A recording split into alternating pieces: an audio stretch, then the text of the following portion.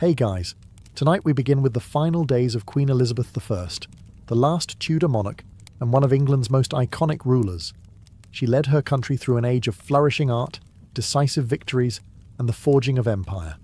But behind the crown and power was a woman whose death remains one of history's most enigmatic royal endings. So, before you get comfortable, take a moment to like the video and subscribe, but only if you genuinely enjoy what I do here. And let me know in the comments where you're tuning in from and what time it is for you.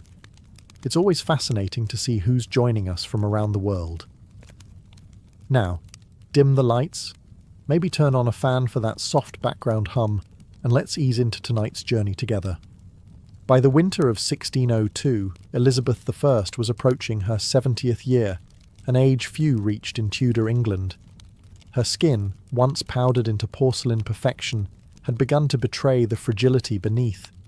Her brilliant auburn wigs, once symbols of youthful power, now sat atop a body weathered by nearly half a century of rule.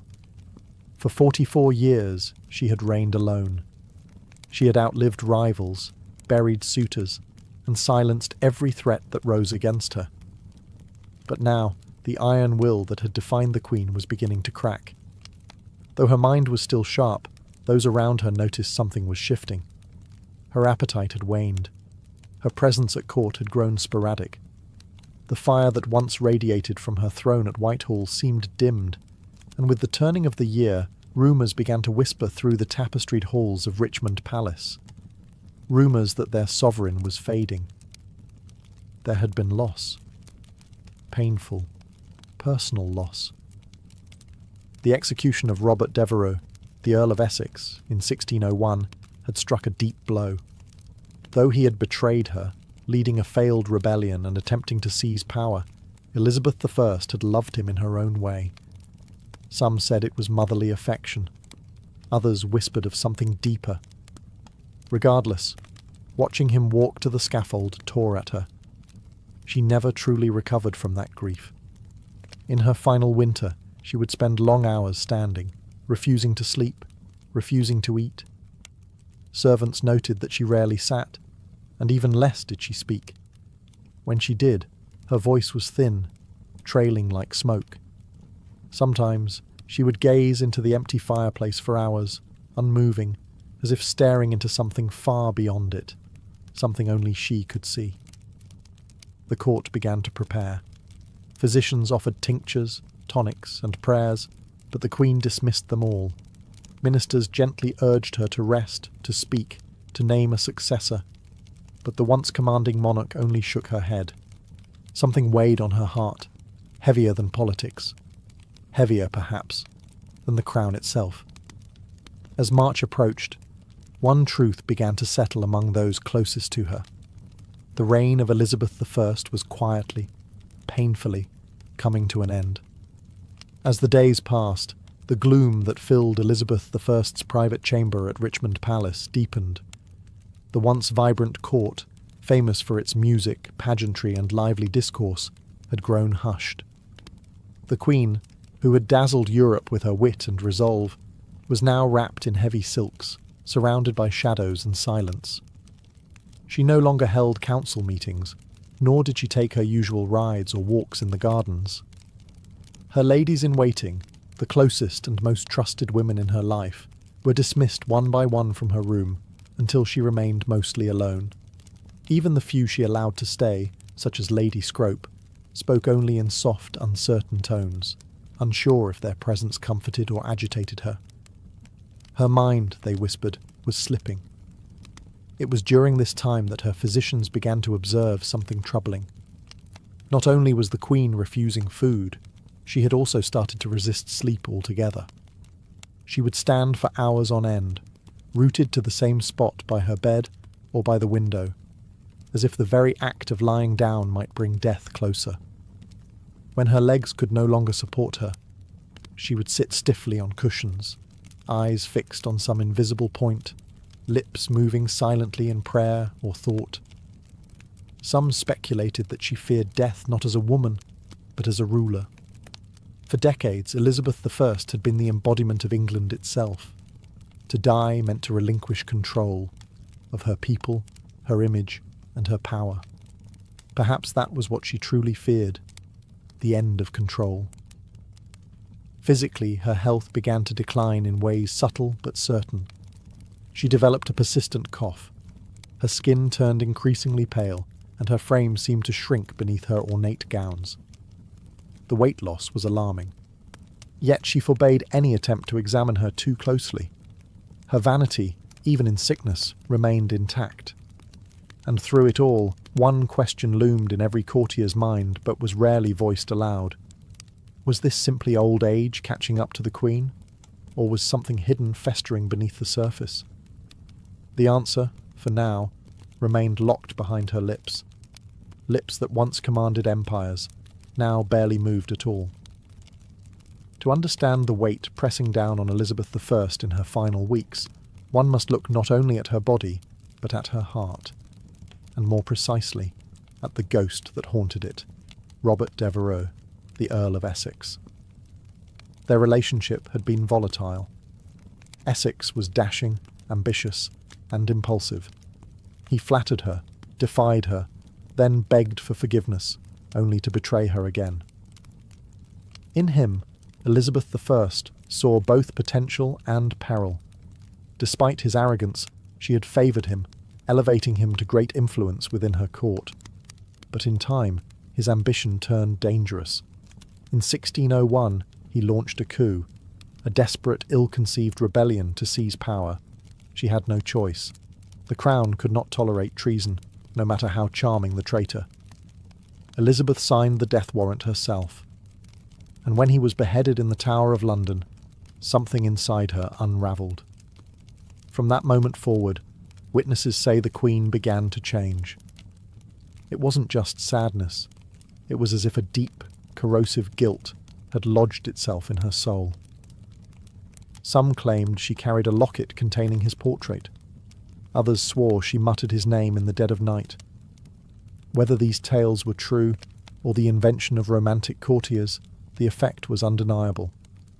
The Queen who had once seemed untouchable now appeared human and deeply wounded. Grief in that age was poorly understood. What we now recognise as depression might have been seen as melancholia, a spiritual imbalance rather than an emotional one. But those around her saw it clearly. Her eyes had dulled. Her laughter ceased. Her energy faded.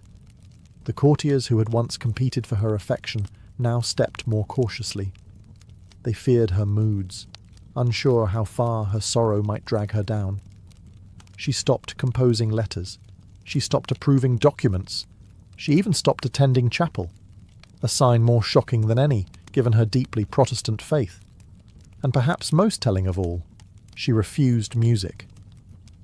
Elizabeth I had adored music all her life. She had sung, played instruments, and surrounded herself with composers and poets. Now she asked for silence. The Queen's heart, it seemed, had broken long before her body followed. As March of 1603 drew near, the decline of Elizabeth I was no longer hidden. What began as grief and withdrawal was now a public spectacle. Her slow, tragic unravelling witnessed by nobles, courtiers and servants alike. The once commanding sovereign, who had outwitted kings and silenced dissenters, now seemed adrift within her own palace. She would not speak of her condition. In fact, she barely spoke at all. She answered questions with gestures or simple nods. Days passed without a full sentence leaving her lips. When her advisers pressed her for guidance, on affairs of state, on the matter of succession, or on her own health, she turned away, retreating into herself as if words had become too heavy to lift. Physicians, summoned in increasing urgency, debated her symptoms. Some believed she suffered from a settling of humours, the vague Tudor diagnosis for mental or physical imbalance. Others suggested a cold distemper of the brain. But no one could agree on a cure, because no one could truly understand the cause. At this time, her physical posture became symbolic of her mental state.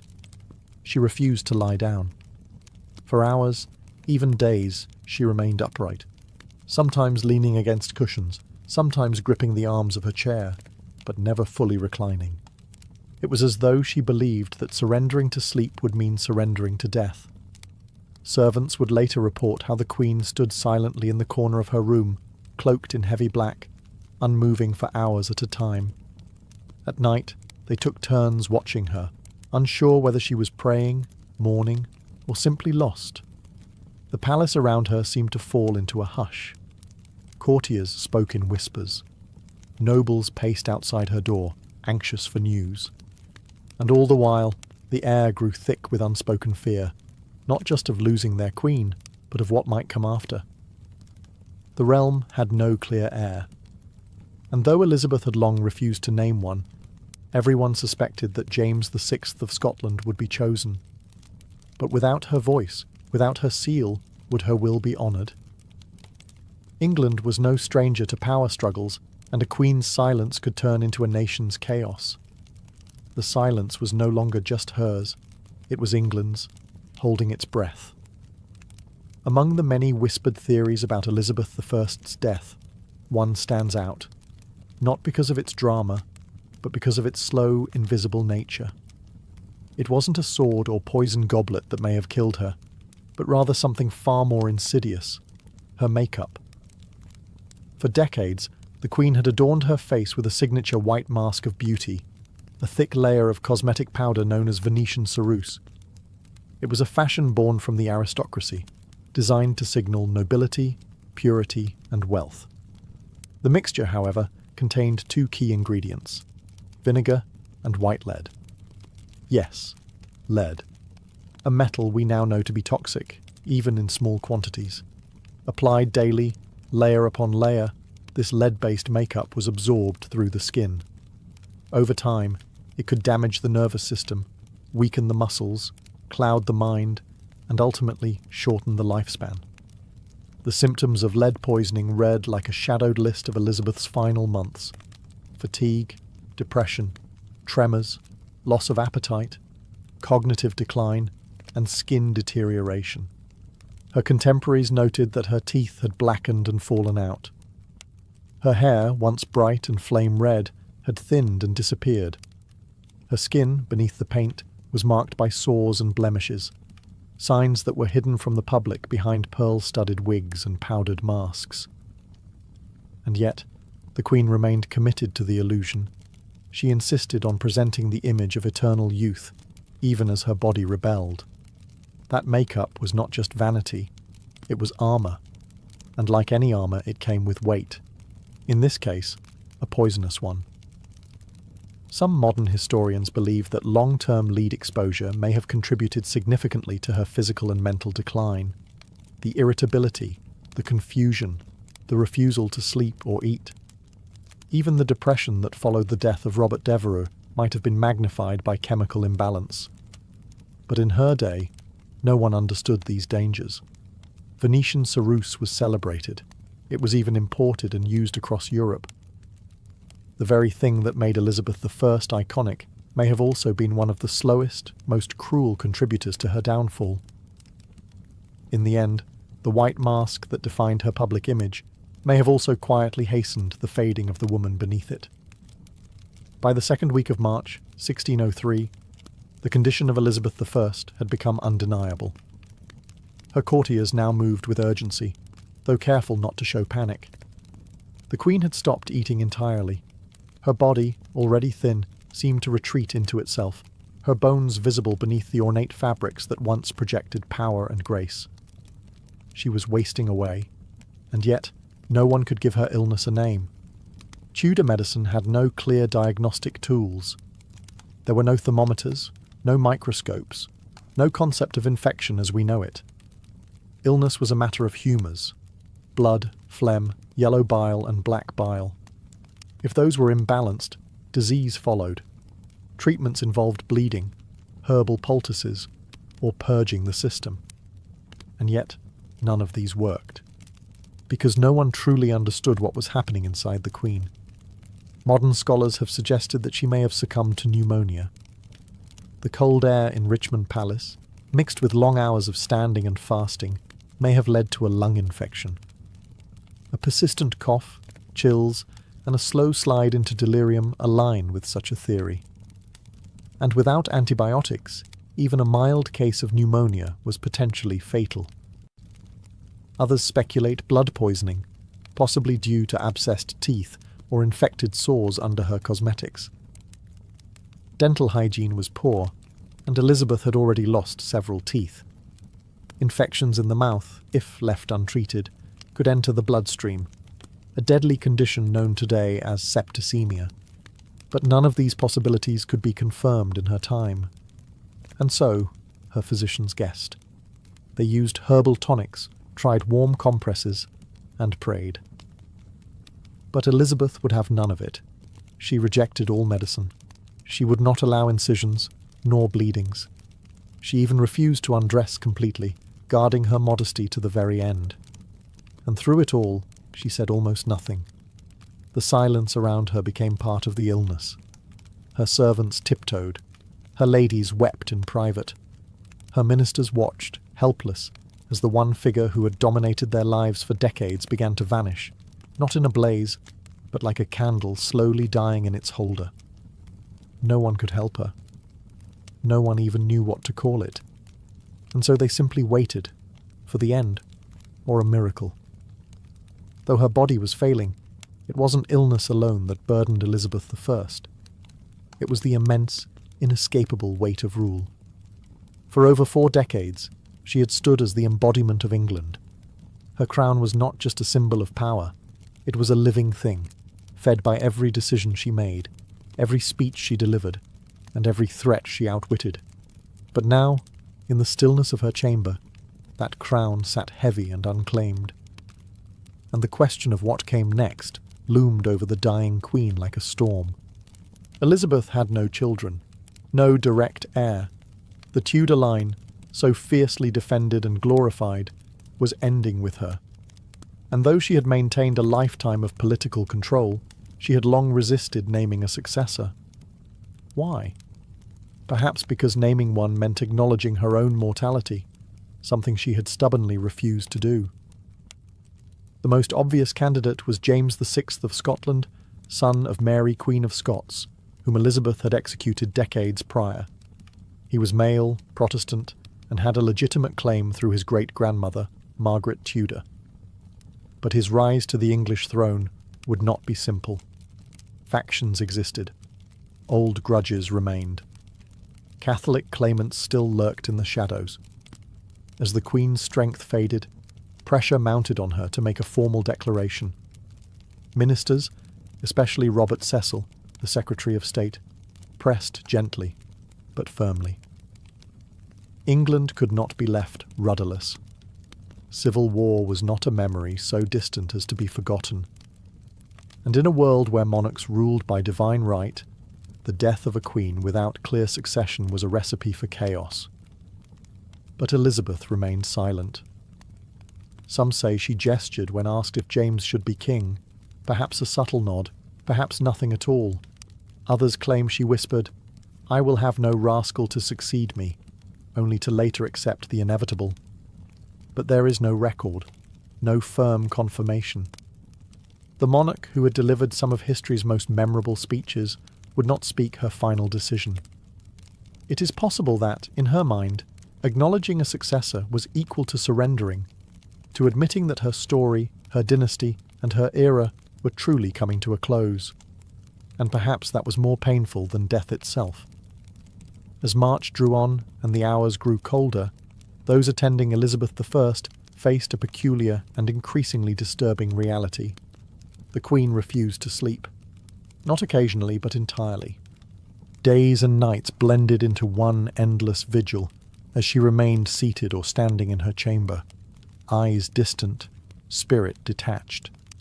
To many, it seemed that the Queen was terrified not of death, but of what lay between her and death: rest.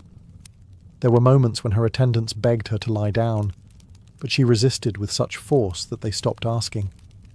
Her refusal wasn't rooted in stubbornness alone. It carried the weight of superstition and sorrow. In Tudor times, sleep was often viewed as a temporary death, a time when the soul drifted dangerously close to the beyond. And Elizabeth I, despite her formidable logic and intellect, may have believed that if she closed her eyes, She would never open them again.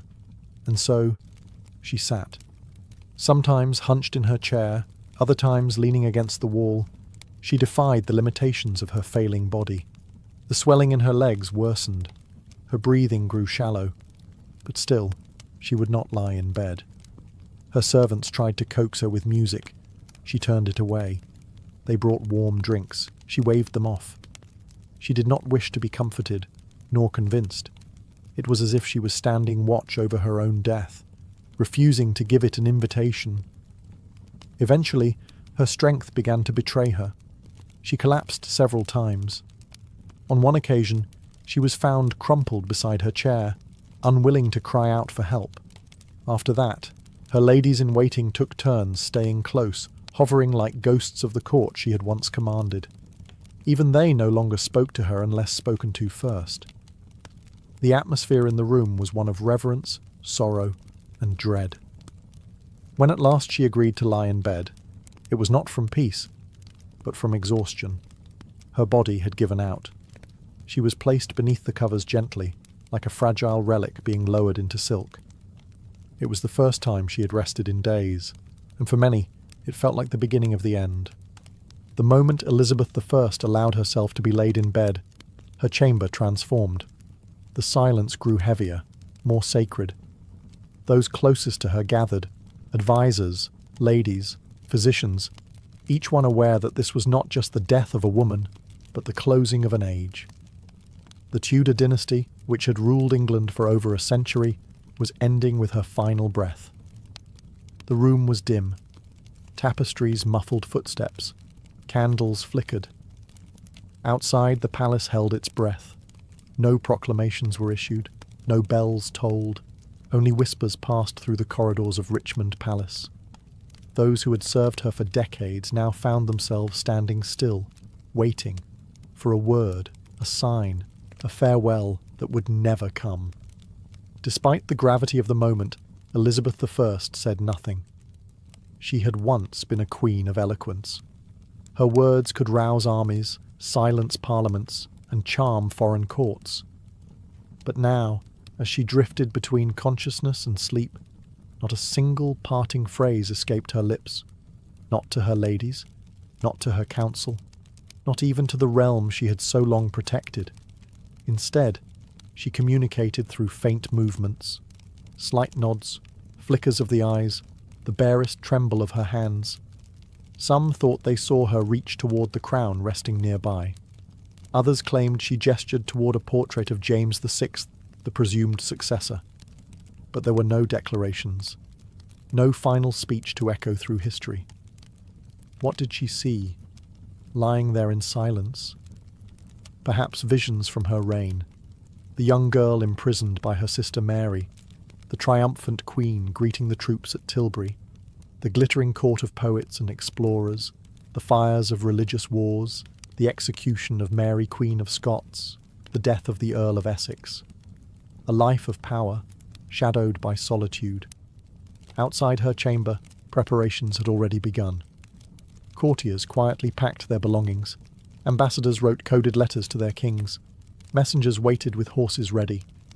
They all knew what came next. And yet, until the last moment, England remained a kingdom without a sovereign. For until her last breath, Elizabeth I was still queen. No one could take her place. Not yet. Not until she was gone. As the final hours of Elizabeth I's life unfolded, those who remained in her chamber stood like statues, silent, sorrowful, and uncertain. The queen no longer responded to touch or sound. Her breathing had grown shallow, irregular. Her skin, pale from age and illness, now took on an ashen hue. The fire in her had gone from a steady flame to a flickering ember. Lady Scrope, one of her most faithful attendants, refused to leave her side. She held the queen's hand and dabbed her brow with linen soaked in rose water. Others stood in the background, whispering prayers, some aloud, others in their hearts. There was no ritual for this. There had never been a monarch like her before. Outside, Richmond Palace was wrapped in a quiet anxiety. No proclamation had yet been made, and still, No one dared call her death until the final breath passed. Messengers stood ready at the gates, prepared to ride to Scotland the moment it was confirmed, to deliver the news to James VI, the man who would be king. Inside, time seemed to warp. The minutes dragged like hours, and no one dared speak of what would come next. Even Robert Cecil, the chief architect of the peaceful transition to the House of Stuart, stood still, his papers folded in his hand. His greatest political manoeuvre, uniting England and Scotland under one crown, was moments away, yet entirely dependent on a woman in her final moments. Then, just before dawn on March the 24th, 1603, it happened. No cry, no gasp, just silence. The room remained motionless for a full minute, as if all feared the breath might return. Then quietly, Lady Scrope covered the Queen's face with a linen cloth. It was over. Elizabeth I was dead. Her passing was not marked with fanfare, nor even with a priest's final rites. She had refused them all. The Virgin Queen, as she was so often called, had died alone, surrounded not by family or heirs, but by the weight of history.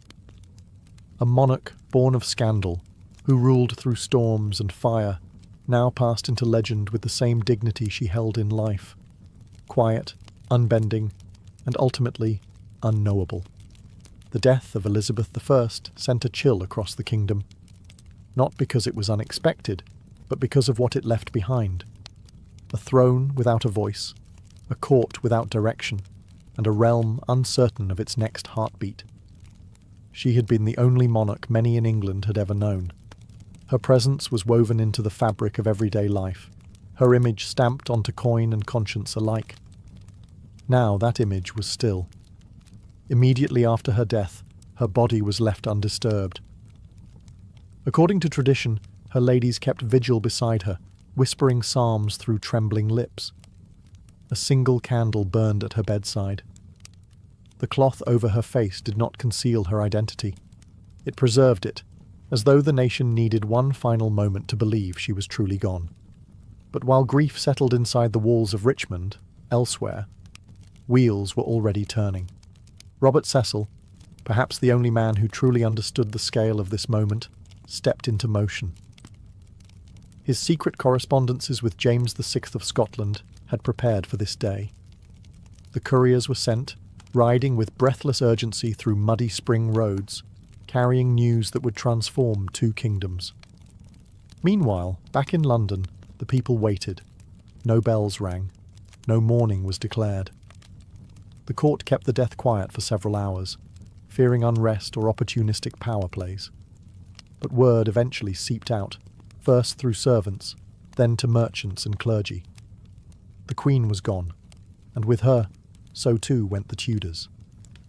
There was no child, no sibling, no cousin raised at her side to step into her place. Elizabeth had left behind no personal heir, only the political hope that her choice, unspoken but widely assumed, would be honoured. The Privy Council met in hushed tones. The moment was fragile. A kingdom needed direction, and fast. The fear of factionalism, of Catholic uprisings, of foreign meddling, all these haunted their thoughts. The bloodshed of past successions loomed like a shadow, yet the Queen's long silence had not stopped her government from preparing. Within hours of her death, the Council declared that James VI of Scotland would become James I of England. A new dynasty began, but even as the nation turned toward the future, it did so in mourning. For the woman who had shaped an age and left behind a silence no crown could fill. After the council announced the succession of James VI, now James I of England, the focus shifted to the care of the Queen's body. Elizabeth I, who had guarded her image with almost obsessive control throughout her reign, could no longer maintain the illusion. The mask she had worn, both literal and symbolic, was beginning to fall away. In life, she had been meticulous about appearances. She rarely allowed herself to be seen without her full regalia, the white lead makeup, the elaborate gowns, the fiery wigs. Even in her final days, She kept her chamber darkened and denied most visitors. Vanity, yes, but also power. To appear weak was to risk everything in a court filled with ambition and knives. Now, in death, her body told a different story. As her ladies gently prepared her for burial, they began to see what had long been hidden beneath layers of silk and powder. Her skin bore the signs of age and illness, bruising, lesions, and the pale, unnatural hue from years of toxic cosmetics. Her hands, once adorned with rings and sceptres, were thin and bony.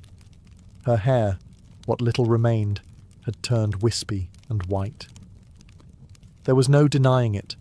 Elizabeth I had been dying long before she allowed anyone to see it. And yet, in death, there was something profound about her humanity. She was no longer Gloriana, the Virgin Queen, or the untouchable monarch on coins and canvases. She was a woman who had carried a kingdom on her back for 4 decades and paid the price with her body.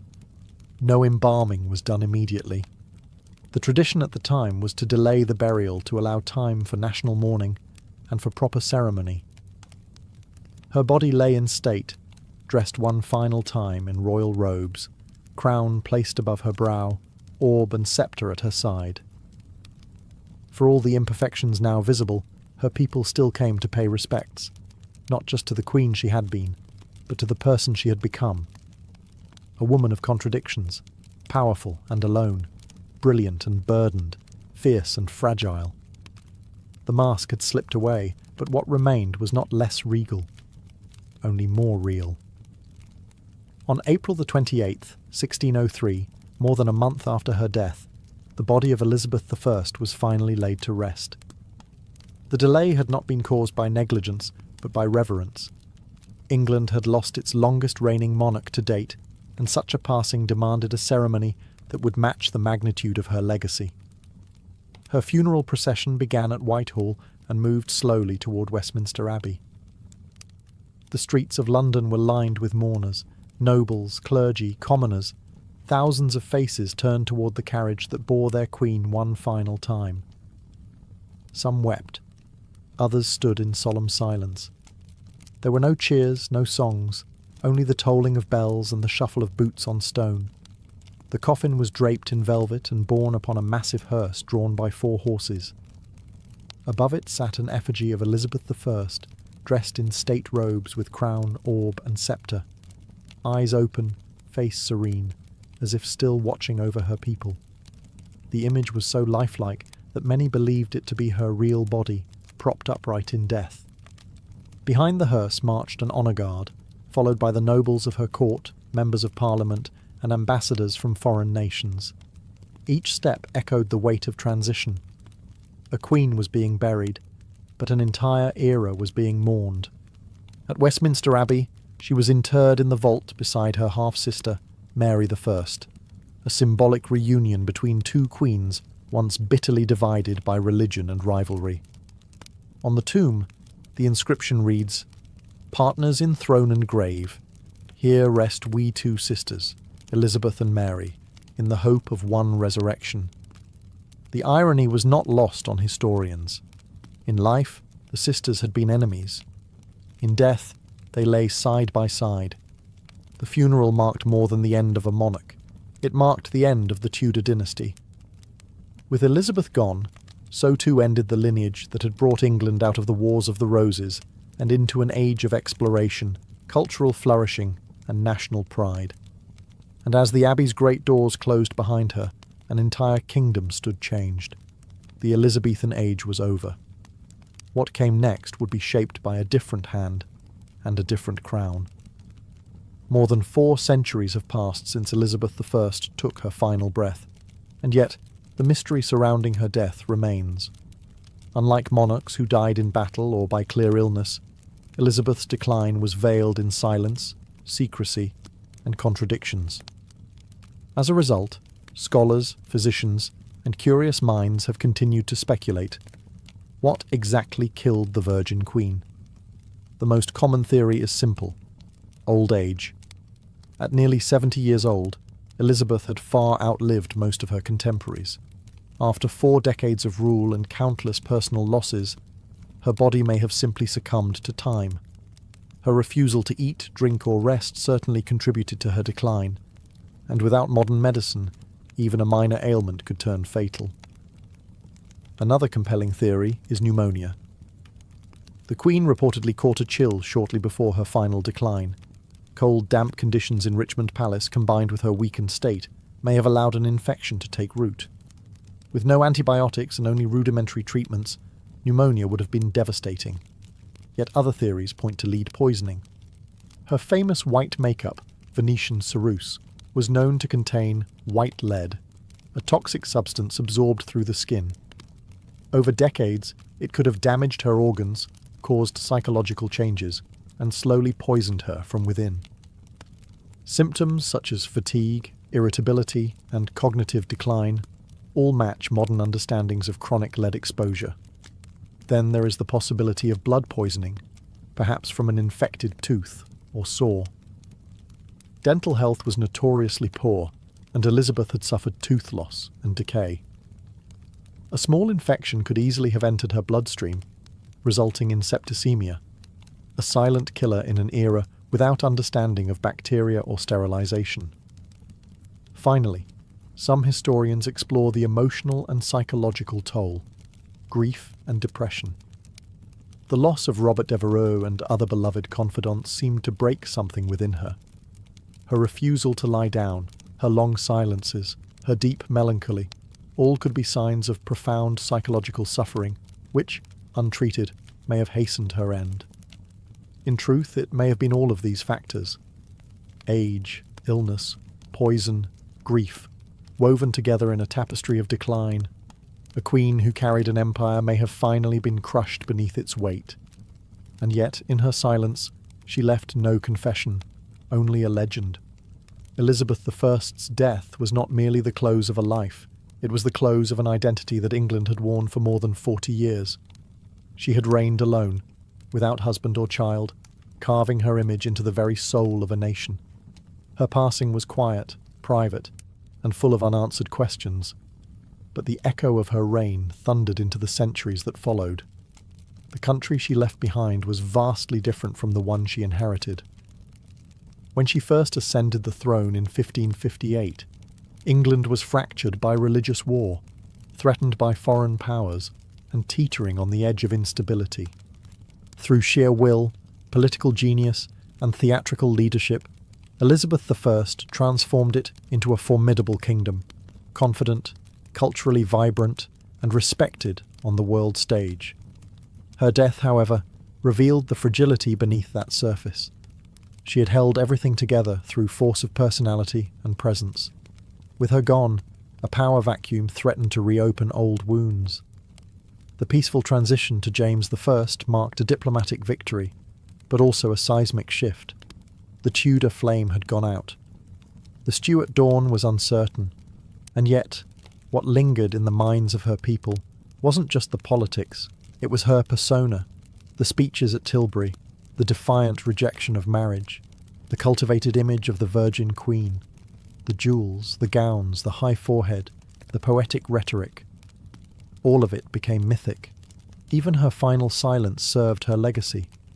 She exited the world on her own terms, offering no final word, no dying gasp for legacy or pity. In life, she had been a master of performance. In death, she let the silence speak louder than any closing act. To this day, historians still debate the details of her death, but few debate her impact. The Elizabethan age remains one of the most celebrated periods in English history. Her name became shorthand for a golden era of poetry, exploration, and national pride.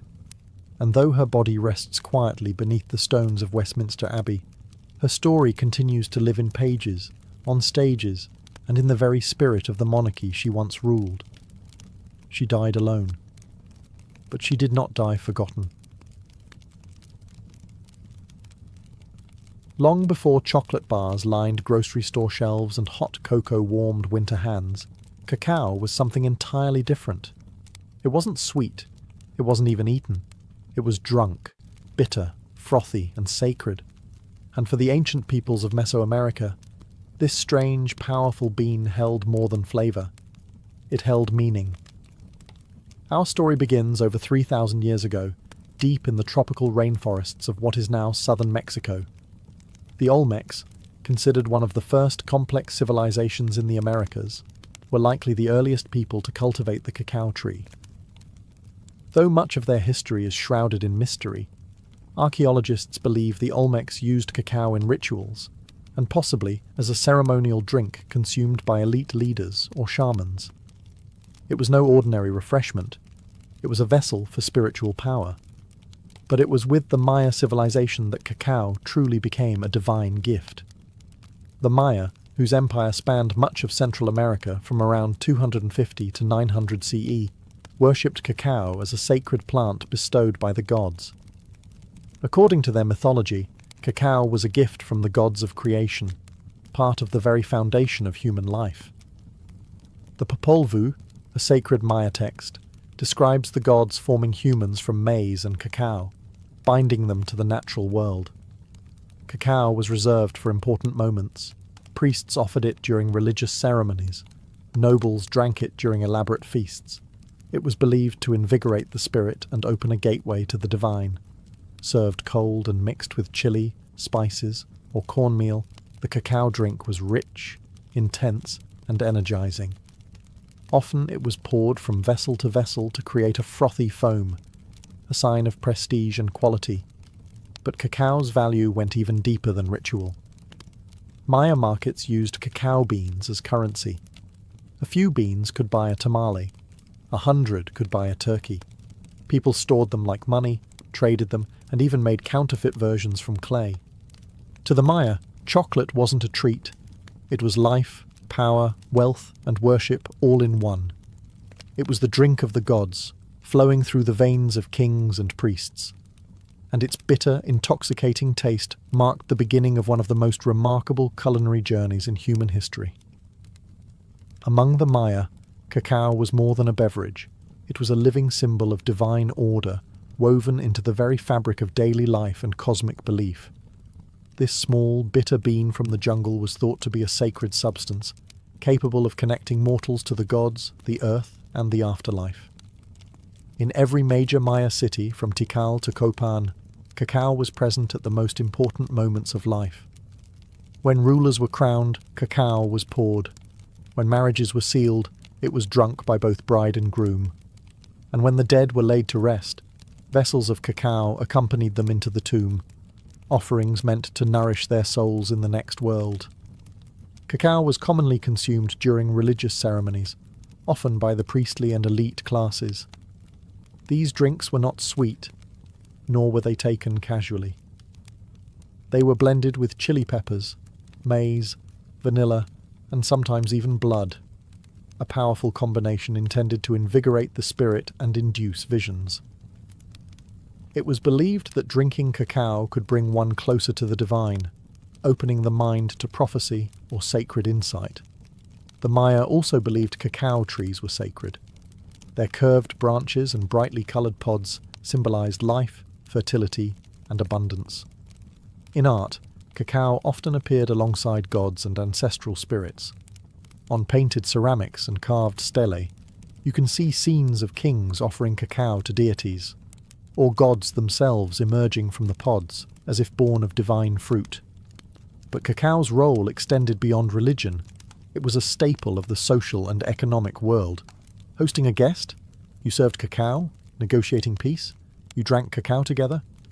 For the Maya, to share cacao was to recognize shared humanity, an unspoken contract of trust, respect, and elevated purpose.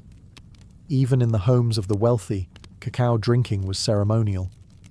Special vessels were used, beautifully painted cups, often marked with glyphs identifying the owner and the specific purpose of the drink. These weren't just dishes, they were heirlooms, crafted with care and reverence. The reverence for cacao shaped the Maya identity. It was not just consumed, it was celebrated, revered, and trusted as a bridge between realms. In a world ruled by ritual and cosmic cycles, cacao was the drink that kept the universe in balance. Centuries after the Maya, another mighty civilization would rise and elevate cacao even further: the Aztecs. By the time Hernán Cortés and the Spanish conquistadors arrived in the early 1500s, cacao was not just a spiritual symbol or luxury item. In the Aztec Empire, it was an institution, used as money, medicine, and a royal indulgence. The Aztecs didn't grow cacao in the cool, dry climate of their capital, Tenochtitlan. Instead, they acquired it through trade or tribute. Conquered provinces in warmer southern regions were required to send cacao beans as payment to the imperial centre. Tons of beans flowed into the empire's coffers, stored in granaries like modern banks. Each bean had value. A small rabbit could cost 10 beans. A turkey hen might cost 100. Servants were paid in cacao. Debts were settled with it. To counterfeit a cacao bean, to hollow one out and fill it with dirt, was a serious crime. In Aztec society, cacao was as valuable as gold. But its worth went beyond economics. Cacao, known as xocolatl, was revered as a warrior's drink. It was consumed by nobles, priests, and military leaders, never by commoners. Prepared with water, chili, and sometimes maize, it was believed to energize the body and sharpen the mind before battle. Emperor Moctezuma II is said to have consumed as many as 50 cups a day, believing it to be an aphrodisiac and a source of strength. Cacao was also a key element in religious ceremonies. Offerings were made to deities like Quetzalcoatl, the feathered serpent god who, according to legend, gave cacao to humanity after stealing it from paradise. It was believed that cacao had divine origins, and drinking it properly was a sacred act. In Aztec culture, cacao represented wealth, war, worship, and royalty. It was a seed of power, earned, stolen, traded, and honoured. But all of this would soon collide with European conquest. When Spanish eyes first saw the cacao bean, they didn't recognise its value. But that would change. The bitter drink of warriors and kings was about to cross the ocean, where it would be forever transformed, sweetened, commodified, and woven into a global obsession. When Hernán Cortés and his band of conquistadors first arrived in the Aztec capital of Tenochtitlan in 1519, they encountered a world both foreign and magnificent. Towering temples, floating gardens, and bustling markets stunned the Europeans. But among all the wonders, one thing caught their attention again and again: the peculiar use of a dark, bitter drink made from crushed beans. The Spanish watched as Moctezuma II was served cup after cup of xocolatl in golden vessels. They observed warriors, nobles, and priests treating the substance with reverence.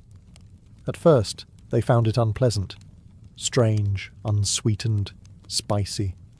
Some even called it unpalatable. But they also noticed something else: the energy it seemed to grant, the alertness it sparked, and the symbolic power it carried in every corner of Aztec life. Once the conquest was complete and the empire fell, Cortés brought more than gold and silver back to Spain. He brought cacao beans. He brought the knowledge of how to grind, mix, and drink them. And with that, chocolate entered Europe.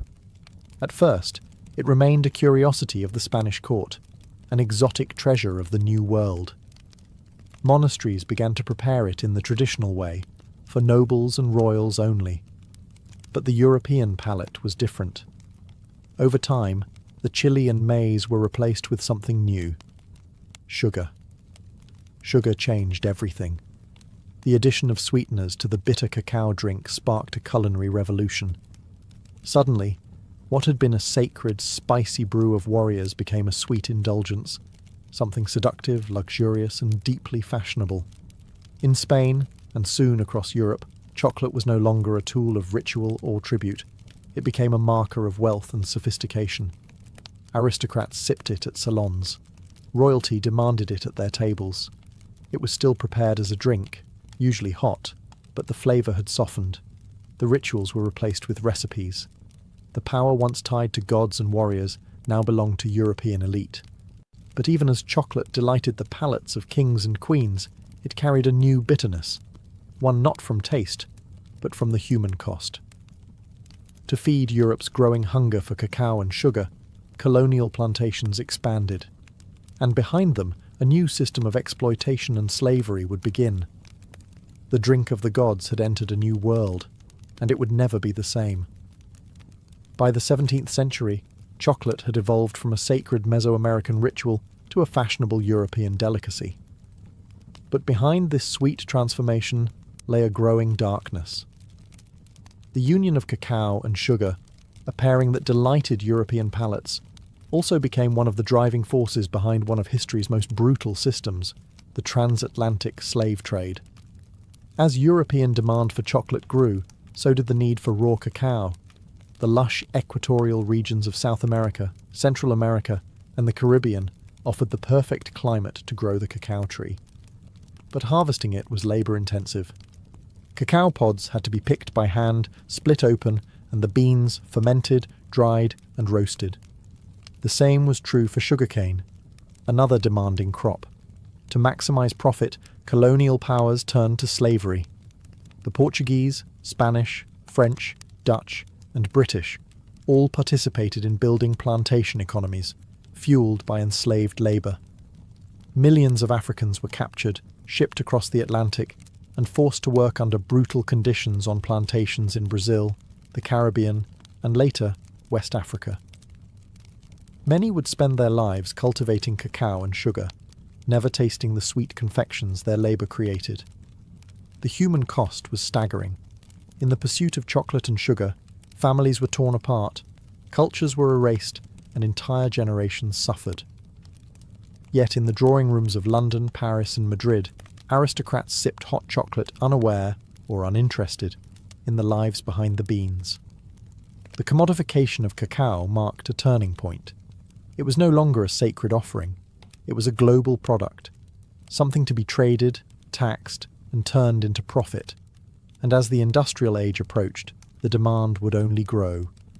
What began as a spiritual drink, crafted with reverence and ceremony, had now become entangled in empire and exploitation. The taste that had once symbolized divine connection now left a bitter residue, one of blood, suffering, and systemic injustice. Yet the allure of chocolate only deepened. Its association with luxury, love, and pleasure grew stronger, while its history of labour and suffering was quietly buried beneath layers of sugar and cream. The story of chocolate's rise was no longer just about flavour or ritual. It was about power, profit, and the people sacrificed along the way. For centuries, chocolate remained a liquid luxury, served in royal courts and elegant salons. But as Europe entered the Industrial Revolution, chocolate was about to undergo another transformation, one that would forever change its form, its audience, and its place in the world. The early 1800s saw a wave of invention. Mechanization and mass production were reshaping everything from textiles to food. And in 1828, a Dutch chemist named Coenraad Johannes van Houten developed a revolutionary process. Using a hydraulic press, he extracted much of the natural fat, the cacao butter, from roasted cacao beans. What remained was a dry cake, which could be ground into a fine powder. This powder dissolved more easily in water and could be blended with sugar more smoothly, making chocolate cheaper, lighter, and easier to produce. This invention gave birth to what we now call Dutch cocoa, and it paved the way for solid chocolate. In 1847, the British company Fry & Sons took things a step further. By combining cacao powder, cacao butter, and sugar, they created the world's first modern chocolate bar, a smooth, mouldable, and portable version of what had always been a drink. For the first time, chocolate could be held in the hand, not just sipped from a cup. Then came the Swiss. In the 1870s, Daniel Peter introduced milk chocolate by adding condensed milk to the mixture, creating a creamier, sweeter version of the classic bar. His friend and rival, Rodolphe Lindt, invented the conching machine, which slowly churned chocolate for hours, refining its texture and giving it the silky smoothness we now associate with high-quality chocolate. These innovations turned chocolate from a luxury into a mass-market product. With lower prices and improved texture, chocolate was no longer reserved for royalty. It entered shops, factories, and lunchboxes across Europe, and soon after, the United States. Companies like Cadbury, Nestlé, and Hershey industrialized chocolate on a scale never seen before. Packaging became colourful and playful. Advertising emphasized joy, indulgence, and childhood wonder. But in making chocolate sweet, accessible, and solid, something of its origin was forgotten. The divine drink of gods had become a snack. Delicious, yes, but stripped of its ancient power and ritual. Still, a new chapter had begun, one where chocolate would become beloved worldwide. By the dawn of the 20th century, chocolate had taken root across the globe, not just as a delicacy, but as an industry. What began as a sacred brew among ancient civilizations had become a worldwide phenomenon, driven by factories, marketing, and the unstoppable forces of global capitalism. In the United States, chocolate took a uniquely American turn with Milton Hershey. In the late 1800s, Hershey applied mass production methods to chocolate, much like Henry Ford would later do with automobiles. His factory in Pennsylvania produced affordable milk chocolate for the average American, not just the elite. By 1900, the Hershey bar was born, and with it, a new American love affair with chocolate. But chocolate was no longer just a product. It was becoming a symbol. Soldiers carried it into war. Children traded it on playgrounds. It appeared in cookbooks, holiday rituals, and romantic gestures. Valentine's Day, Halloween, Easter, each adopted chocolate as its unofficial mascot. Its sweetness now spoke to love, comfort, and nostalgia. Meanwhile, international companies expanded cacao cultivation to meet demand. West Africa, particularly Ghana and Côte d'Ivoire, became global hubs for cacao farming, surpassing Latin America. The same regions that had once endured colonial rule and slavery were now supplying over 70% of the world's cacao, often under exploitative conditions. Even in modern times, labour abuses, including child labour and poverty-level wages, persist in many cacao-growing regions. Yet despite its tangled roots, chocolate's popularity only grew. In Japan, it became a refined art. Small, exquisite bonbons, gifted with ritual precision. In Switzerland, it was a matter of national pride, with brands like Toblerone and Lindt defining premium quality. In Mexico, chocolate returned to its ancient roots, used in traditional dishes like mole, where bitter and savoury flavours coexist. Global chocolate culture was, and still is, a paradox. Universal, yet personal. A product born of indigenous ceremony, transformed by empire, refined by industry, and then embraced in 1,000 unique ways across continents. From the Andes to Antwerp, from Ghana to Geneva, chocolate had become part of the human story. And even though few stopped to wonder where it came from, every bite carries the flavour of history, sweet, bitter, and everywhere in between. In the whirlwind of industrial growth and global expansion, chocolate's ancient origins were largely forgotten. What once carried divine meaning and ceremonial weight had become, for many, just another snack, delicious, convenient, and sold by the millions. But in recent decades, a new movement has begun to stir. A rediscovery of chocolate's roots and a return to the bean. The craft chocolate movement began in earnest in the early 2000s, inspired by trends in coffee, wine, and slow food. Artisans and chocolatiers across the world started asking, where does our chocolate come from? Who grows it? What does it taste like before it's buried beneath sugar and additives? The answers led them back to the cacao bean. Unlike industrial chocolate, which is often blended from beans sourced in bulk, craft chocolate focuses on single-origin cacao, preserving the unique flavours of specific regions, soils, and fermentation styles. Beans from Madagascar might taste fruity and citrusy, while those from Ecuador could carry floral or nutty notes. Chocolate, it turned out, had terroir, just like wine. This reawakening wasn't just about flavour, it was also about ethics. With greater awareness came concern over how cacao is produced. Documentaries and investigations revealed ongoing labour abuses, including child labour and unfair wages on cacao farms. In response, many craft chocolate makers began working directly with farmers, paying premium prices for high-quality, ethically grown beans. Labels like Fair Trade, Direct Trade, and Rainforest Alliance emerged, each striving to create a more just and sustainable supply chain. Meanwhile, chefs and food historians began reviving ancient Mesoamerican uses of cacao. In parts of Mexico and Guatemala, traditional drinks made with cacao, chili, and maize regained popularity. Indigenous communities shared recipes passed down for generations, reminding the world that chocolate was not invented in a factory, but in a forest. Museums, books, and culinary tours followed. People began to see chocolate not just as candy, but as culture, rich in heritage, struggle, and story. The world had changed chocolate, but chocolate, in its essence, had never changed. It was still the fruit of a tree, grown by hand, prepared with care, and shared with meaning. And for those who cared to listen, chocolate once again began to speak, not just in sweetness, but in memory. Today, chocolate is everywhere. At celebrations, in vending machines, inside pastries and gourmet kitchens alike.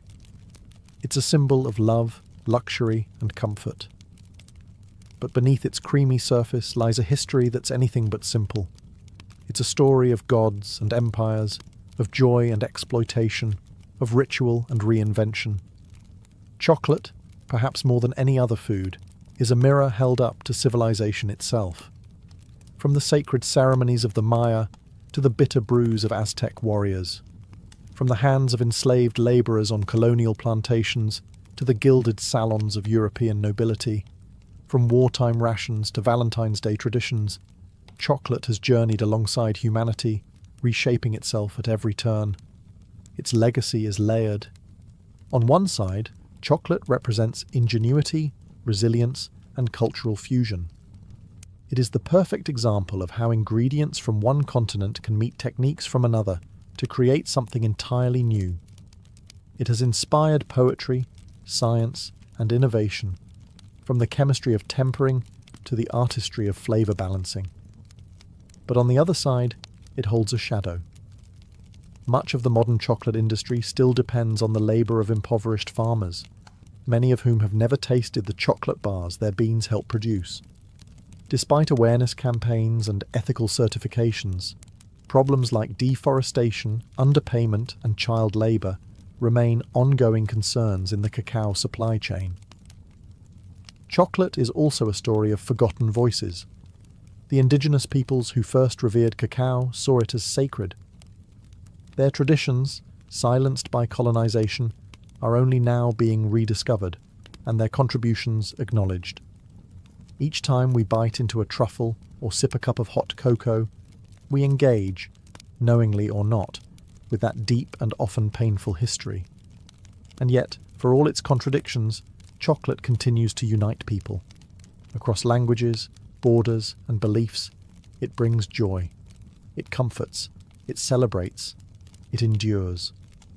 Perhaps that is chocolate's greatest legacy, not just its flavour, but its ability to evolve, to adapt, and to survive the rise and fall of civilizations. From ritual to recipe, from seed to symbol, chocolate has always meant more than it seemed. It is, in the end, not just a treat, but a story, one that even now we are still writing. In the early decades of the 19th century, the United States was a young and growing nation, restless in its ambitions. Its population was surging, and white settlers were pushing outward, hungry for farmland, gold, and opportunity. To many, the promise of the American frontier was a divine right. But to fulfill that dream, they looked westward, not into wilderness, as they imagined, but into lands already deeply rooted in memory, culture, and life. Those lands belonged to Native American nations. Among the most prominent were the Cherokee, Creek, Choctaw, Chickasaw, and Seminole, tribes with sophisticated political systems, written languages, newspapers, and schools. These were not scattered bands of nomads. They were sovereign communities, many of which had long tried to coexist with the United States on legal and diplomatic terms. The Cherokee Nation, in particular, had adopted numerous elements of American society in hopes of preserving their autonomy. They drafted a constitution modelled after that of the US, practiced agriculture, and many converted to Christianity. They published a bilingual newspaper. They even sent delegates to Washington. But to white settlers and politicians, assimilation was never enough. What they wanted was the land. Georgia, Alabama, Mississippi, and other southern states began encroaching more aggressively into native territories. They passed laws invalidating tribal governance, nullifying native property rights, and pressuring the federal government to act. The discovery of gold in northern Georgia only heightened the urgency. The land, they argued, was too valuable to remain in native hands. President Andrew Jackson, a former general and staunch advocate for removal, stepped forward with a solution. Clear the east of native nations entirely. Relocate them beyond the Mississippi River, to a place where they would no longer obstruct the march of cotton plantations and white settlement. This was not merely policy, it was ideology. Manifest Destiny, though not yet named, pulsed through the veins of the American project. The belief that white Americans were destined to expand from coast to coast came at the expense of anyone in their way. And in the 1830s, that meant entire nations of people. Thus, the stage was set, not for progress, but for one of the most sorrowful and shameful journeys in American history, the Trail of Tears. On May 28, 1830, President Andrew Jackson signed into law the Indian Removal Act, legislation that would forever alter the lives of tens of thousands of Native Americans. Though cloaked in the language of fairness and voluntary exchange, the act marked the beginning of a calculated and relentless campaign to remove native tribes from their ancestral homelands in the southeastern United States. The act authorized the president to negotiate treaties with native nations, exchanging their lands east of the Mississippi River for territory in what was then called Indian Territory, an expanse of land that would later become Oklahoma. Supporters of the law argued that it would protect native peoples from extinction by placing them far from white encroachment. But in truth, it was a land grab, dressed in the rhetoric of protection. Andrew Jackson, a military hero celebrated for his brutal campaigns against the Creek and Seminole, saw removal as a logical continuation of American expansion. He claimed native peoples could not live in harmony with white settlers. Removal, he argued, was not only beneficial, it was inevitable. They have neither the intelligence, the industry, the moral habits, nor the desire of improvement, he once said of native nations. They must perish, or they must abandon their habitations and wander far into the wilderness. Congress was divided, but the bill passed, narrowly. In the Senate, it cleared by just 3 votes. In the House of Representatives, it passed by a margin of 5. These slim victories were enough to set into motion one of the most tragic episodes in American history. Some tribes agreed to relocate, fearing war or further loss. Others held out, believing the promises of treaties that offered money, supplies, and safe passage. But these promises would prove hollow for many. In practice, the removal process was chaotic, cruel, and often violently enforced. What the law claimed would be a peaceful transfer quickly became a nightmare of broken agreements, corruption, and forced marches. Entire communities were uprooted, homes burned, crops destroyed. Soldiers arrived at the doorsteps of families, ordering them to pack what they could carry. Behind them came settlers, ready to claim the cleared land. The Indian Removal Act didn't just redraw maps, it severed ancestral ties, destroyed lives, and exposed a bitter truth. American expansion was built not only on hope, but on heartbreak. While many tribes faced mounting pressure to sign removal treaties, the Cherokee Nation chose a different path, one grounded not in weapons, but in words and law. Determined to defend their sovereignty, the Cherokee took their fight to the courts of the United States, using the very legal system that had been used against them. Under the leadership of Principal Chief John Ross, the Cherokee drafted a constitution, created a formal government, and asserted their right to exist as a sovereign nation within U.S. borders. They believed that by proving their civilization and political structure mirrored that of the American Republic, they could protect their territory. Their resistance culminated in two landmark Supreme Court cases. In Cherokee Nation v. Georgia, 1831, the Cherokee sought a federal injunction against laws passed by the state of Georgia that stripped them of their rights and lands. The court, led by Chief Justice John Marshall, ruled that the Cherokee were not a foreign nation and thus had no standing to sue, a devastating blow. But the next year, a second case would shift the tide. In Worcester v. Georgia, 1832, the court ruled in favour of the Cherokee, declaring that the state of Georgia had no authority to impose laws on Cherokee territory. Marshall affirmed that the federal government alone could negotiate with sovereign native nations. For a brief moment, justice appeared to be on the Cherokee's side. But President Andrew Jackson reportedly responded with chilling defiance. "John Marshall has made his decision. Now let him enforce it." Whether he actually said those exact words remains debated, but his actions left no doubt. Jackson refused to uphold the court's ruling, and Georgia continued to ignore it.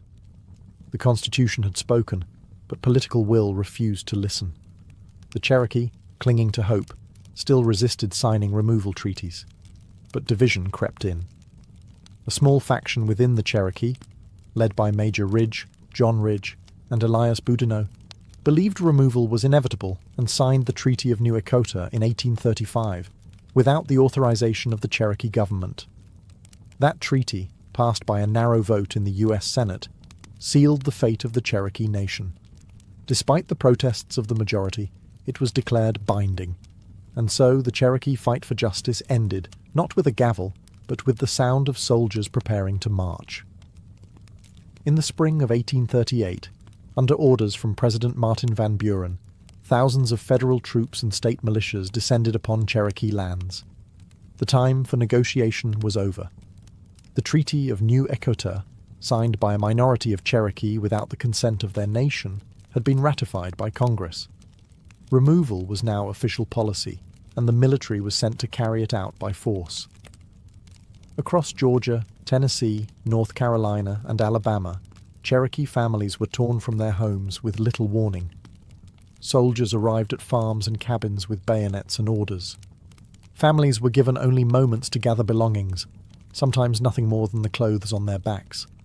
Their homes were looted and burned. Crops were left to rot in the fields. Churches, schools, and burial grounds, all abandoned. More than 16,000 Cherokee were rounded up and placed in military stockades. These makeshift camps were overcrowded and unsanitary, with little food, dirty water, and no shelter from the elements. Disease spread rapidly. Measles, dysentery, and whooping cough took a heavy toll even before the march began. Some groups were moved immediately under armed guard. Others, held in the sweltering summer heat, were forced to wait until autumn, when travel conditions were considered more favourable. But cold rains, early snow, and inadequate supplies would make the journey even more deadly. The Cherokee called the route Nuna Dal Tsuni, the trail where they cried. Roughly 100 to 200 miles stretched between their homes and the so-called Indian Territory. The march was slow, harsh, and humiliating. They walked through mud and snow, across frozen rivers, over mountains and prairies. The elderly collapsed. Children died in their mothers' arms. Entire families vanished along the trail, buried in shallow, unmarked graves by the roadside. Some tried to maintain dignity, singing prayers, carrying sacred objects, recording names of the lost. But the weight of grief was unbearable. Hunger gnawed at their strength. Winter pierced their thin clothing. Guards showed little mercy. By the time the last group arrived in what is now Oklahoma in early 1839, it's estimated that over 4,000 Cherokee had died, nearly a quarter of their entire population. This was not simply a relocation. It was a death march, a forced erasure of identity, home, and hope. When the last group of Cherokee reached Indian Territory in March of 1839, The journey was over, but the suffering was not. The losses endured along the Trail of Tears extended far beyond the 4,000 lives claimed by disease, exposure, and starvation. What died on that trail was more than people. It was a way of life, a spiritual connection to land, and the cultural continuity of an entire nation. The trauma echoed through generations. Survivors arrived weakened, broken, and grieving. They had lost elders who carried traditional knowledge, children who had represented future hope, leaders who had defended their people with all the strength they had. There were no ceremonies for the dead, no time for mourning. The land they had been forced to settle was unfamiliar and often hostile. The promises made by the US government of protection, supplies, and fertile land were inconsistently honoured or ignored altogether. The physical wounds were matched by the emotional ones. The Cherokee had been a proud nation with schools, printing presses, and a constitution. They had trusted the legal system, believing that law would protect them. But their trust had been betrayed, their justice denied, their rights erased. Among the survivors, divisions deepened. The treaty party, those who had signed the Treaty of New Echota, were viewed by many as traitors. In June of 1839, just months after the relocation, Major Ridge, John Ridge, and Elias Boudinot were assassinated by fellow Cherokee in a wave of retribution. The unity of the nation, already battered by removal, now fractured further under the weight of internal conflict. And yet, even amidst devastation, the Cherokee endured. They rebuilt schools. They re-established their government. They began printing newspapers again. They held on to their language, their stories, their faith. The resilience that had once carried them through legal courts and diplomatic struggles now became the foundation of survival. Still, the scars of removal ran deep, and they remain today. The Trail of Tears is not just a chapter in a history book. It's a living memory carried in families, in oral traditions, and in the soul of a people who were forced to leave everything behind. And in that memory, there is sorrow, but also strength. While the Cherokee Trail of Tears is the most widely remembered, it was not the only forced removal. The Indian Removal Act of 1830 targeted multiple native nations, each with their own languages, traditions, and lands, and each endured their own version of exile, suffering, and loss. The Choctaw were the first to be removed. Beginning in 1831, thousands of Choctaw were forced from their homelands in Mississippi and Alabama. Most travelled on foot, without wagons or adequate supplies. As they marched through freezing rains and swollen rivers, hundreds died. A Choctaw chief later called it a trail of tears and death, a phrase that would echo in history. The Creek Nation, once powerful in the southeast, was next. After years of broken treaties and violent clashes with settlers and militias, they too were rounded up and driven westward. In 1836, over 15,000 Creek were removed, many in chains. Thousands perished along the way, while others were sold into slavery or scattered from their kin. The Chickasaw negotiated payment for their lands before removal, but their journey was no less brutal. Delays in receiving compensation left them without resources, and hundreds died from disease and starvation during the move west. The Seminole of Florida resisted most fiercely. From 1835 to 1842, they waged guerrilla war against US forces in the swamps and forests. Leaders like Osceola became symbols of resistance. But even the Seminole could not withstand the weight of US military power forever. Thousands were captured or killed. Others were forcibly marched to Indian territory, while a small group fled deep into the Everglades, where their descendants remain today. In all, over 100,000 Native Americans from multiple nations were displaced during the removal era.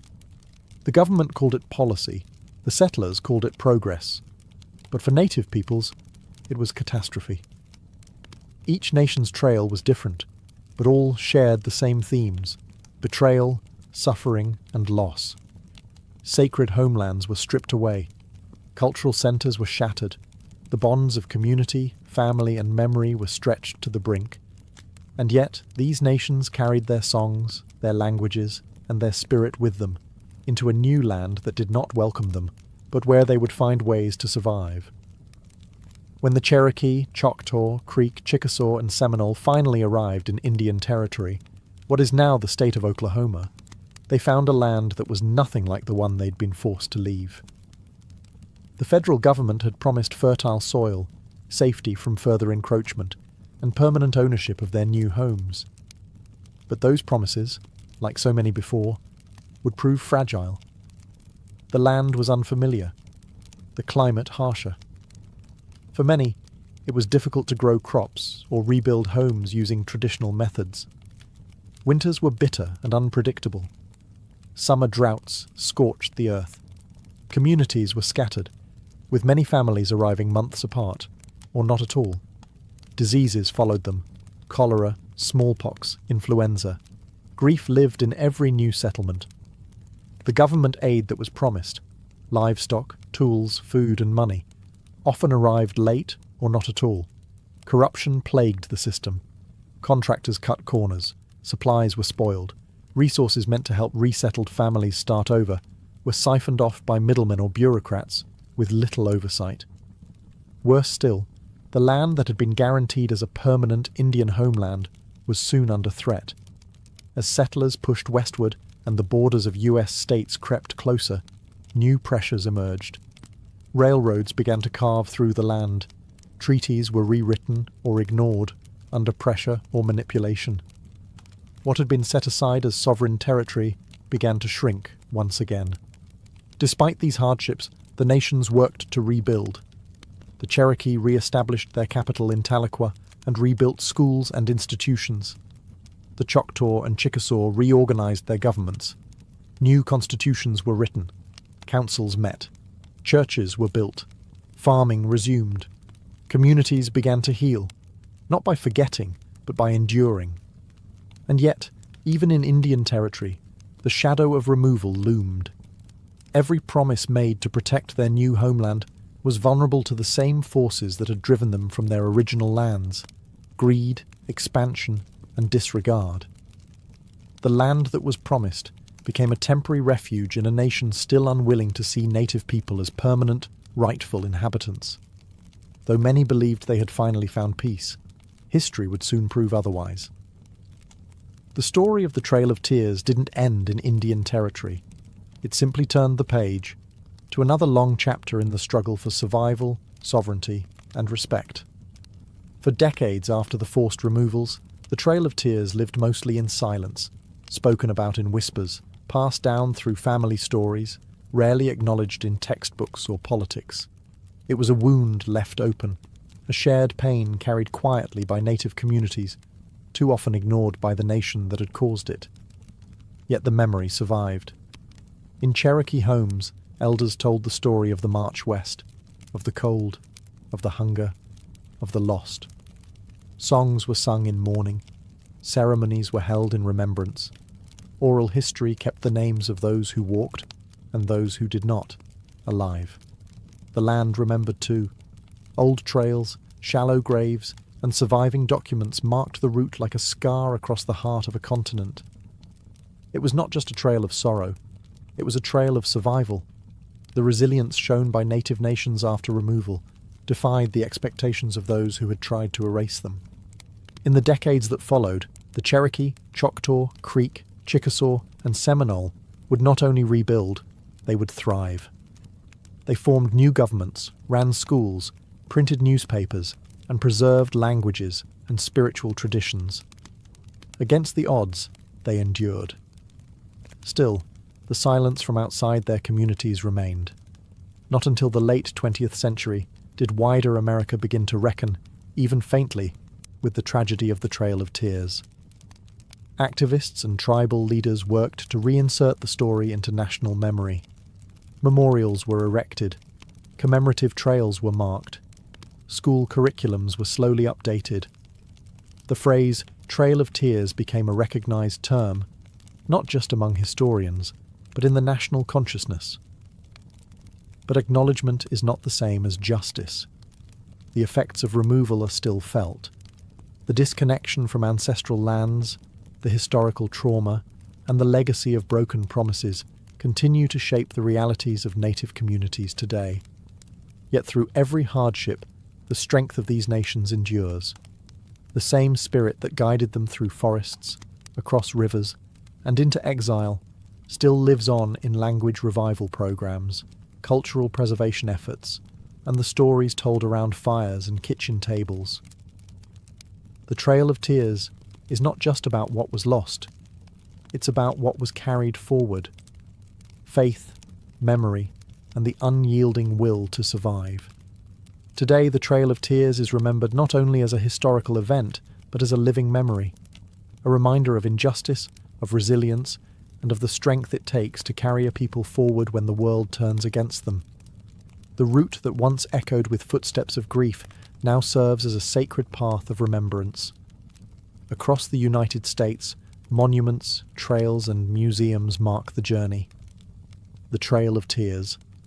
National Historic Trail, designated by Congress in 1987, stretches over 5,000 miles across 9 states, tracing the paths taken by those who were forced to march westward. It winds through forests, fields, and quiet towns, inviting visitors to walk, if only for a moment, in the footsteps of those who endured it. But true remembrance goes beyond monuments. For the descendants of those who walk the trail, memory lives in community, language, and ceremony. Tribal nations continue to honor their ancestors through annual memorial rides, storytelling gatherings, and language revitalization programs. What was once a story nearly silenced is now reclaimed and spoken with pride. Schools now teach it, films portray it, authors and poets give voice to the sorrow and strength of that era. And native youth grow up knowing that their identity is rooted in more than survival. It is rooted in courage, resistance, and continuity. Yet, there is still work to do. The Trail of Tears stands as a challenge to how history is told and remembered. It asks us to confront the cost of expansion, the cruelty behind policy, and the ongoing struggles faced by Indigenous peoples. It reminds us that progress without humanity is not progress at all. It is erasure. To honour the Trail of Tears is to do more than look back. It is to listen, to learn, and to uplift the voices that once were pushed aside. It is to recognise that the story of America is incomplete without its native nations, not just in the past, but in the present, and in every chapter yet to come. And so we remember, not just with sorrow, but with deep respect. Because even in the face of betrayal and exile, the people walked forward, and they did not vanish. They endured. For in the biting cold of early 1692, Salem Village, Massachusetts, was a place thick with unease. Tucked into the harsh New England wilderness, this Puritan settlement was more than just a collection of farms and meeting houses. It was a community teetering on the edge of spiritual and social collapse. The people of Salem believed they were God's chosen, placed in a wild and dangerous land to carve out a righteous life. But beneath their devotion simmered years of fear, tension, and division. The Puritans lived under a strict religious code. They believed in an invisible world filled with angels and demons. The devil, they were taught, was not a metaphor, but a real and active force. Witches, they believed, could sign the devil's book, casting spells and corrupting the innocent. To question this was to question Scripture. To doubt a minister was to challenge God. And Salem had no shortage of spiritual pressure. Reverend Samuel Parris, the village's minister, was a deeply polarizing figure. Harsh, suspicious, and often paranoid, he saw signs of sin everywhere. His sermons thundered with warnings of damnation and the devil's work. He divided the congregation with his fire and brimstone preaching, creating deep rifts among neighbours and families. Beyond the pulpit, Salem faced economic and political strain. A long-running feud between Salem Village and the wealthier Salem town caused constant tension. Land disputes were common, and the boundaries between property, belief, and personal grievance were often blurred. Old resentments lingered just beneath the surface. To make matters worse, the surrounding wilderness was a source of terror. The memory of brutal Native American attacks during King Philip's War was still fresh. Crops had failed the year before. Smallpox had swept through the region. In the Puritan mind, these disasters were not chance. They were punishment for hidden sins. It was in this atmosphere of religious anxiety, political rivalry, and survivalist dread that a group of young girls would begin to act strangely. Their sudden fits, wild accusations, and cries of witchcraft would not be dismissed as childish games. Not here, not in Salem. Because in Salem, the devil was real.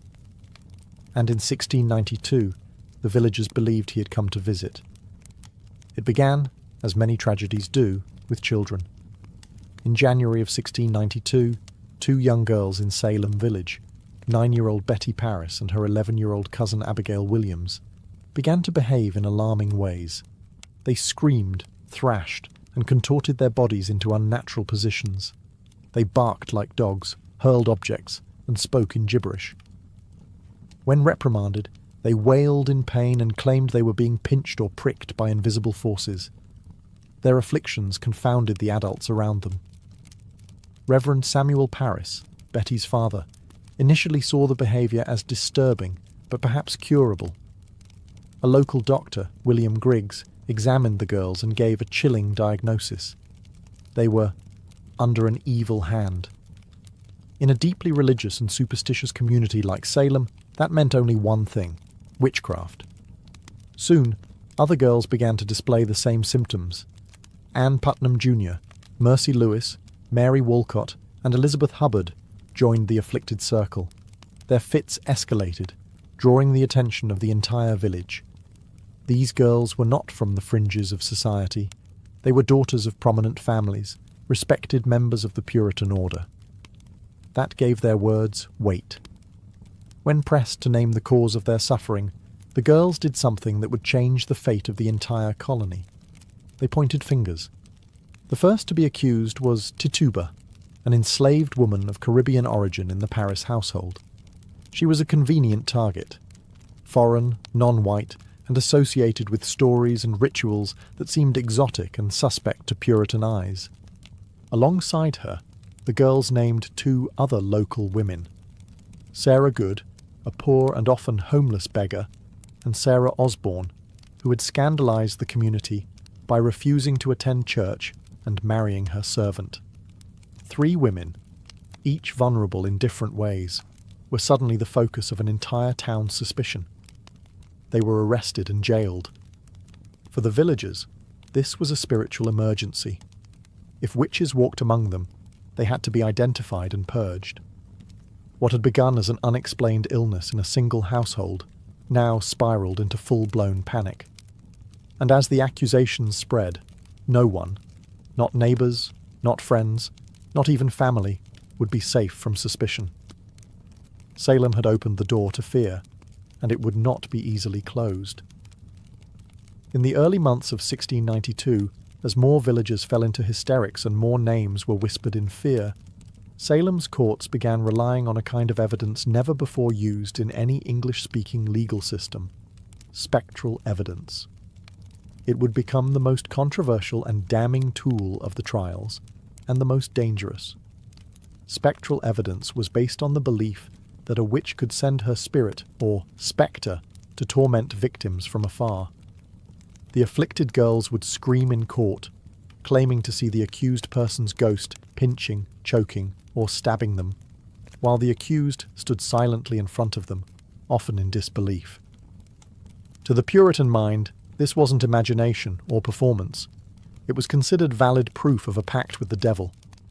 When the accused denied their guilt, they were accused of lying. And when they stayed silent, that too was seen as an admission of guilt. Those who confessed, however, were often spared execution, especially if they named other witches. This perverse incentive caused a wave of coerced confessions. Tituba, the enslaved woman accused first, confessed under pressure.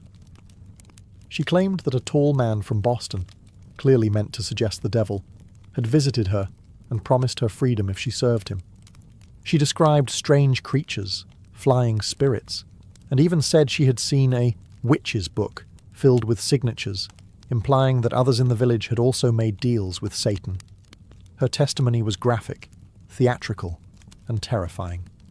Whether Tituba's confession was strategic, survival-driven, or partly imagined remains debated. But it had a powerful effect. It validated the girl's accusations and stoked public fear. If witches were real, and if they moved unseen, then anyone could be guilty. Soon, more confessions followed.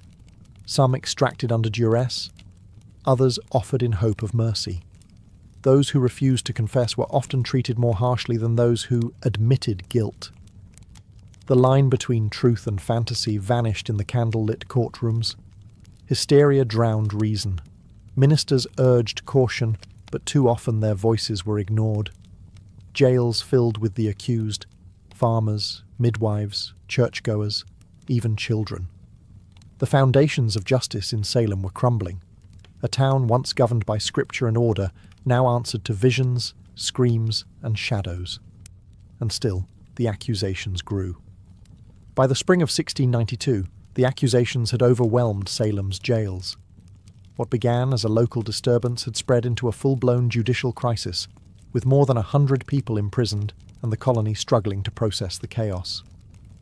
In response, Massachusetts Governor William Phips established a special court, the Court of Oyer and Terminer, meaning to hear and determine, specifically to handle the witchcraft cases. The court convened in Salem town, and its judges included respected men like William Stoughton, Samuel Sewell, and John Hathorne. But even their experience and stature couldn't shield the proceedings from hysteria. The rules of evidence bent to fear. Spectral evidence was accepted. Hearsay was common, and doubt, even skepticism, was considered dangerous. The first to be formally tried and executed was Bridget Bishop, a woman long suspected by neighbours of being unruly and outspoken. She wore bright clothing, ran a tavern, and had been accused of witchcraft years before, making her a perfect scapegoat. During her trial in June, the afflicted girls claimed to see her spectre pinching and mocking them in the courtroom. When she denied all charges, her resistance was taken as proof of guilt. Bridget was convicted swiftly and hanged on June 10th, 1692. She would not be the last. With her death, the machinery of accusation, trial, and execution accelerated. Week by week, more prisoners were brought before the judges. Some were pillars of their communities, church members, midwives, landowners. Others were beggars, widows, or former servants.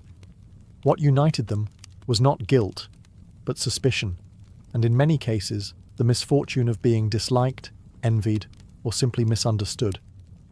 The accused stood before a court where they had little hope. Their fate often depended on the theatrics of their accusers or the political winds of the day. Those who confessed and accused others were usually spared. Those who maintained innocence were more likely to be hanged.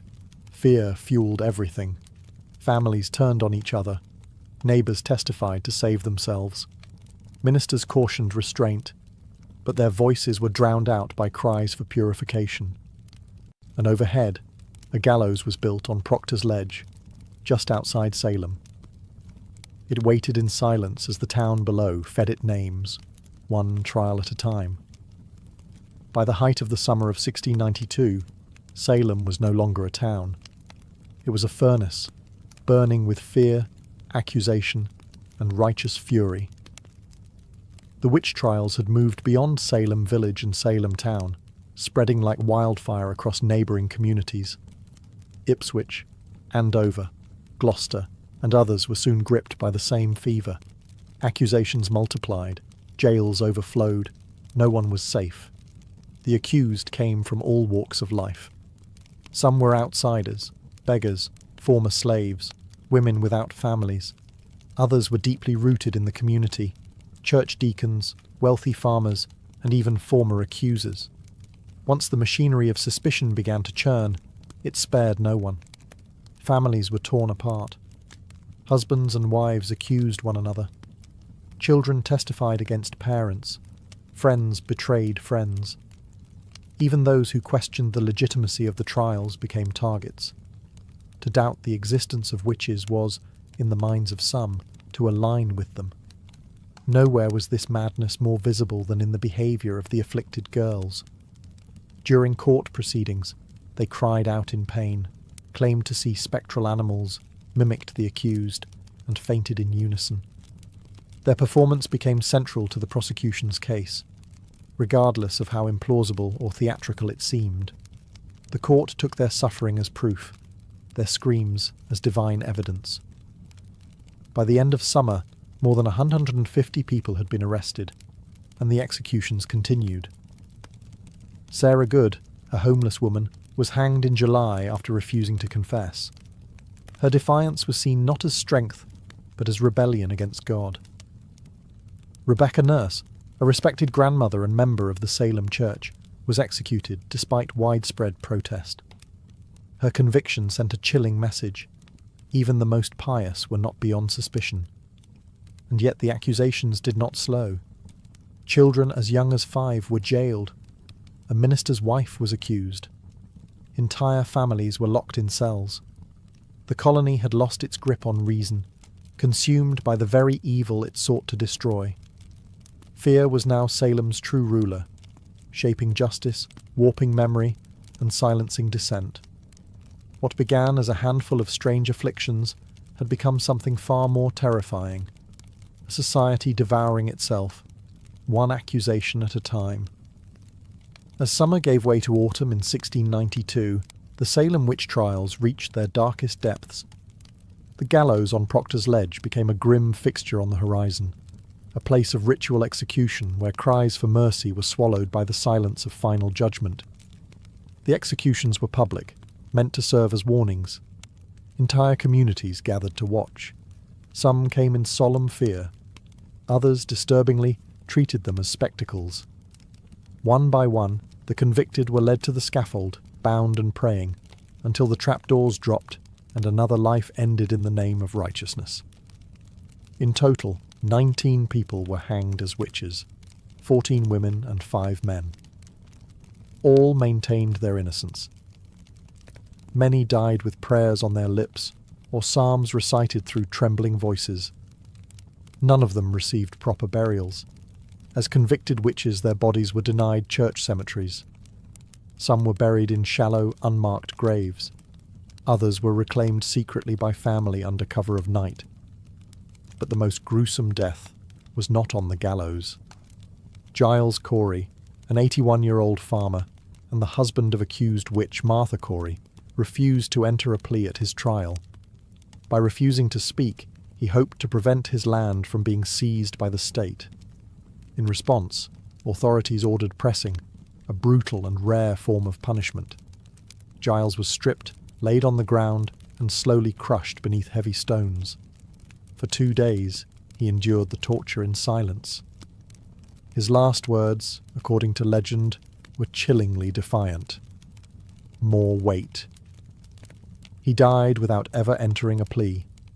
His resistance made him a tragic symbol of the injustice that had overtaken Salem. Inside the jails, those not yet executed faced horrific conditions. Pregnant women gave birth in filthy cells. The sick died of neglect.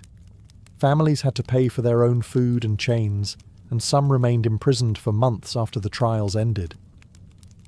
By the time autumn leaves began to fall, Salem had sentenced more people to death for witchcraft than any other community in American history. What had begun as whispers had ended in blood. And though the executions would soon cease, the damage to Salem's soul had already been done. By the end of September 1692, the fever that had gripped Salem began to falter. The turning point came not from the courts or the clergy, but from a growing sense of unease, a recognition, too long delayed, that something had gone terribly wrong. Doubt crept in quietly. It started when respected citizens, like Rebecca Nurse and John Proctor, were hanged. If such devout, upright people could be witches, who could be trusted? When Martha Corey, a strong-willed churchgoer and even the wife of the colony's former governor, Lady Mary Phipps, were accused, the trials began to eat into the upper ranks of society. The hysteria no longer threatened just the marginalized. It threatened everyone. Reverend Increase Mather, a prominent Puritan minister and father of the influential Cotton Mather, delivered a powerful sermon against the use of spectral evidence, the very foundation of many convictions. In his words, "It is better that 10 suspected witches should escape than one innocent person be condemned." It was a radical reversal in tone and a quiet indictment of the court's methods. Others began to speak out as well. Ministers who had once supported the trials now urged caution. Families of the accused pleaded publicly. Communities neighboring Salem watched with horror and began distancing themselves. Faced with rising criticism and political pressure, Governor William Phips finally acted. In October 1692, he disbanded the court of Oyer and Terminer. In its place, a new court was created, one that no longer accepted spectral evidence. The change was immediate. Of the remaining prisoners awaiting trial, most were found not guilty. For those convicted, many received reprieves. The executions stopped. Still, the damage had been done. 19 hanged, 1 pressed to death, over 100 imprisoned, dozens more traumatized, families ruined, reputations shattered. The tide had turned, but slowly. Though the courts had changed, it would take months, years, for the last prisoners to be released, and longer still for the community to fully reckon with its sins. But in that autumn, the panic receded. Silence returned to the gallows. The accuser's screams faded, and Salem, wounded and ashamed, was left to confront the cold reality that it had been not witches, but fear itself, that had ruled them. When the final prisoners were released in 1693, Salem was left with more than empty cells. It was left with guilt. The trials had ended, but the echoes of accusation, betrayal, and execution lingered in every home and church pew. A silence hung over the town, and beneath it, a deep unease. In the years that followed, many of those involved in the trials began to express regret. One of the most striking apologies came from Judge Samuel Sewall. On a January day in 1697, during a day of public fasting and prayer, Sewall stood before the congregation at Boston's South Church. In front of the entire assembly, he accepted blame and shame for his role in the trials and asked God for forgiveness. It was a rare act of public contrition, and it set the tone for the years that followed. Others were not so quick to apologize. Some judges and accusers remained silent or stood by their decisions, believing they had acted in good faith. But the growing consensus, especially among clergy, was that the court had erred terribly. Even Cotton Mather, who had initially defended the use of spectral evidence, softened his tone in later writings. In 1706, Anne Putnam Jr., one of the original accusers, only a child during the trials, offered a formal confession before her church. She admitted that her accusations had led to the deaths of innocent people. She claimed she had been deluded by Satan and begged forgiveness from God and her neighbours. Her words were among the few to acknowledge the specific names of the victims. Families of the accused struggled for decades to clear their relatives' names. In 1711, the Massachusetts legislature passed a bill restoring the civil rights of many of those convicted and awarded monetary compensation to their heirs. But the pain remained. Not all names were cleared, and not all families were compensated. Generations grew up in the shadow of the trials. And yet, over time, Salem tried to heal.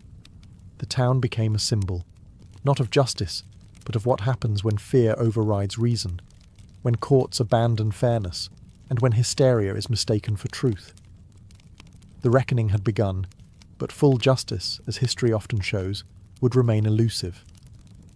More than 3 centuries have passed since the gallows stood in Salem, but the legacy of the witch trials endures, etched into American memory not as a tale of sorcery, but as a grim warning about the power of fear, the fragility of justice, and the danger of unchecked belief. The very phrase Salem witch trials has come to symbolize mass hysteria, false accusations, and moral panic. It is invoked in courtrooms, classrooms, and political speeches as a cautionary tale, proof of how easily reason can be overwhelmed by suspicion and how quickly a community can turn on its own. Today, Salem embraces its history, but not without complexity. Museums, memorials, and guided tours draw visitors from around the world. The Salem Witch Trials Memorial, dedicated in 1992 on the 300th anniversary of the trials, features 20 granite benches, each inscribed with the name of one of the executed. They do not list their crimes, because there were none. Only names, dates, and final words, testaments to dignity in the face of injustice. Yet even now, Salem's story is more than just tourism or folklore. It is a reflection of human nature. The trials reveal how fear can become contagious, how power can be abused in the name of morality, and how justice can falter when guided by emotion rather than evidence. In literature, Arthur Miller's play The Crucible gave new life to the trials, using them as an allegory for McCarthyism and the Red Scare of the 1950s. Miller reminded a new generation that witch hunts do not always involve witches, and that the past is never as distant as it seems. The descendants of the accused and the accusers still live in Massachusetts and across the United States. Some bear the burden of ancestral shame, others carry the pride of resilience and survival. In 2001, more than 3 centuries after the hangings, the state of Massachusetts formally exonerated the last 5 victims, completing the legal clearing of all accused. The Salem witch trials were brief, just over a year in length, but their lessons have proven eternal. They remind us that truth must be defended, even when fear shouts louder, and that the gravest injustices can occur not in moments of darkness, but under the full light of day.